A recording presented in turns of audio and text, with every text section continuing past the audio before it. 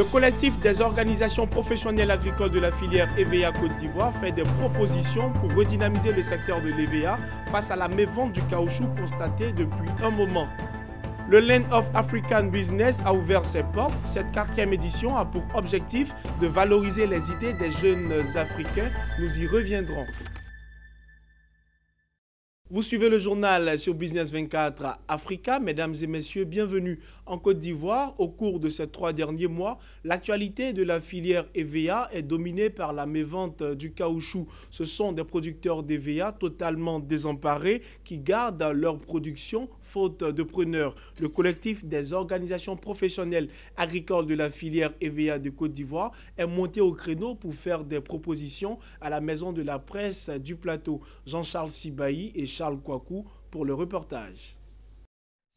Cela fait 3 mois que dure le cauchemar des planteurs d'EVA de Côte d'Ivoire et le bout du tunnel semble ne pas être pour maintenant. Si rien n'est fait, les planteurs se retrouvent avec leur production sur le bras pour cause de mévente. Une cause identifiée au cours de cette conférence de presse par le collectif des organisations professionnelles agricoles de la filière EVA de Côte d'Ivoire. Selon le président du collectif, la mévente des fonds de tasse est liée premièrement à la capacité d'usinage des unités de transformation. Cette capacité de l'ordre de 500 000 tonnes par an ne peut transformer toute la production qui est de plus de 603 000 tonnes. Deuxièmement, l'exportation des fonds de tasse connaît elle aussi un blocage dû au refus des armateurs d'embarquer les fonds de tasse humides sur les bateaux. Pour le collectif des organisations professionnelles agricoles de la filière EVA de Côte d'Ivoire, des solutions existent et leur mise en œuvre doit se faire de façon urgente, faute de créer toute une crise systémique dans la filière EVA. Les solutions trouvées, c'est de manière temporaire d'exporter une partie de ce caoutchouc qui est produit. Comme j'ai dit tout à l'heure, il y a 500 000 tonnes qui sont manufacturées en Côte d'Ivoire et en 2018, on sera à 720 000 tonnes. Il y a donc une différence qu'il faut exporter. Avant qu'on installe de nouvelles usines, le ministère a autorisé qu'il y ait une exportation et cette exportation passera de 10 000 tonnes à 30 000 tonnes par mois.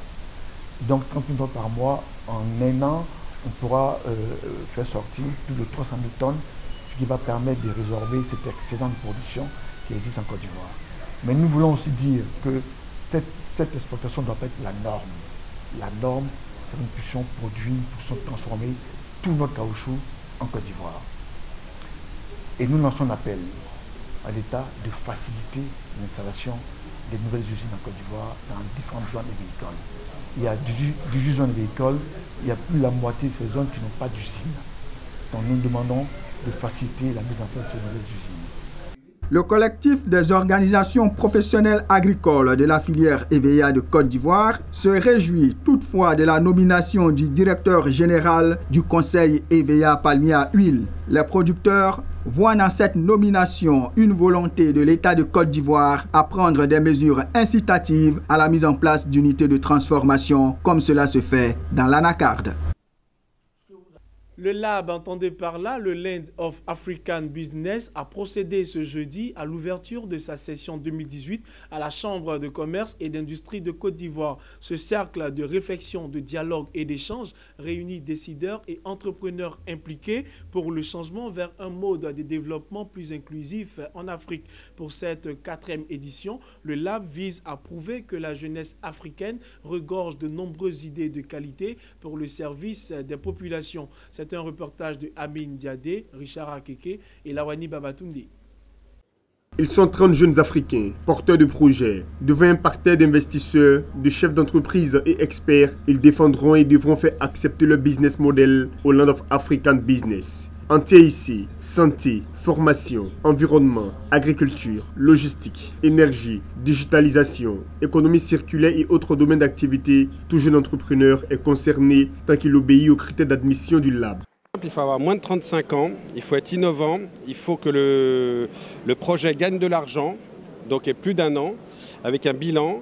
Il faut évidemment qu'il soit RSE, c'est-à-dire responsable socialement et sociétalement, bien sûr. Et il en manque un, et oui, bien sûr, duplicable sur le continent africain. C'est-à-dire qu'un jeune Ivoirien son initiative, son application, parce qu'il y a beaucoup de numérique, ou son projet puisse être duplicable, réplicable au Gabon, en Afrique du Sud, au Kenya, voilà, à travers transfrontalier, transreligieux, transgénérationnel, et que ça puisse traverser toutes les 200 frontières ou barrières qui empêchent justement ces jeunes de s'envoler. C'est ça. En partenariat avec la Chambre de commerce et d'industrie de Côte d'Ivoire, le Land of African Business Lab se propose d'offrir aux jeunes entrepreneurs une édition 2018 à forte valeur ajoutée au plan de leur développement personnel, mais aussi valoriser leur talent et leur accorder la maîtrise des défis auxquels doit faire face l'entrepreneur africain. La population jeune de la Côte d'Ivoire, c'est autour de 50%. Et tout ce qui touche en tout cas aux préoccupations de la jeunesse nous intéresse et ça fait partie, vous le savez très bien, de notre plan national de développement.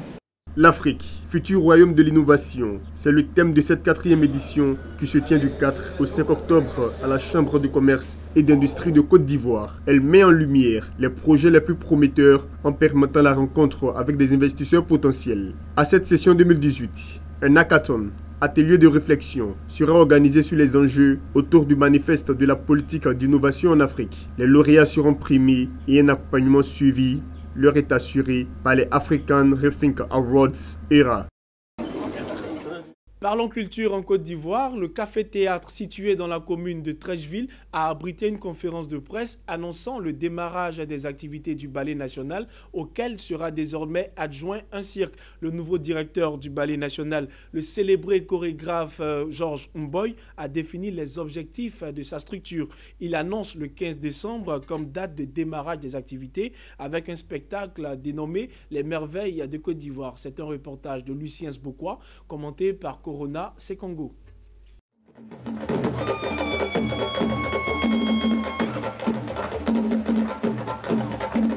Et revoilà le Ballet national de Côte d'Ivoire. L'annonce est du célèbre chorégraphe Georges Mboy. Face à la presse le jeudi, il a procédé au lancement des activités de cette organisation culturelle qui désormais a joint un cirque selon les vœux du président Alassane Ouattara, dira Georges Mboy. La tâche pour le Ballet national est maintenant d'harmoniser la tradition et la modernité à travers les spectacles chorégraphiques, mais surtout avec l'art, réussir à renforcer la cohésion sociale. C'est une chance d'avoir le soutien d'un État et surtout pas dans les mots, mais j'allais dire aussi dans les gestes. Un accompagnement très clair. Oui, ce soutien va participer à l'amélioration de tous les artistes qui seront recrutés et qui vont travailler au sein du ballet et au sein du cirque.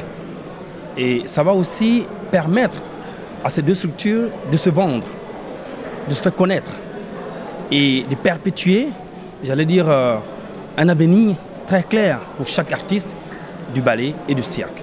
Promouvoir les valeurs culturelles nationales, mais aussi laisser éclore les arts du cirque. Cet enrichissement du Ballet national a été salué par le représentant du ministre de la Culture et de la Francophonie.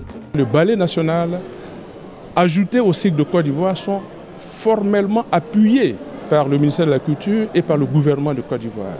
Nous allons faire en sorte que la Côte d'Ivoire, qui est en train de renaître, parce que nous sommes à la phase de la renaissance, cette Côte d'Ivoire puisse prendre son envol véritablement à travers la culture, à travers le Ballet national de Côte d'Ivoire, à travers le cirque national de Côte d'Ivoire, pour s'envoler comme le cygne et aller se percher sur l'arbre ivoire. Créé en 1974, le Ballet national de Côte d'Ivoire devient la compagnie nationale de danse en 1994, puis redevient Ballet national en 2012. Le 15 décembre prochain, il démarre ses activités avec un spectacle dénommé Les Merveilles de Côte d'Ivoire.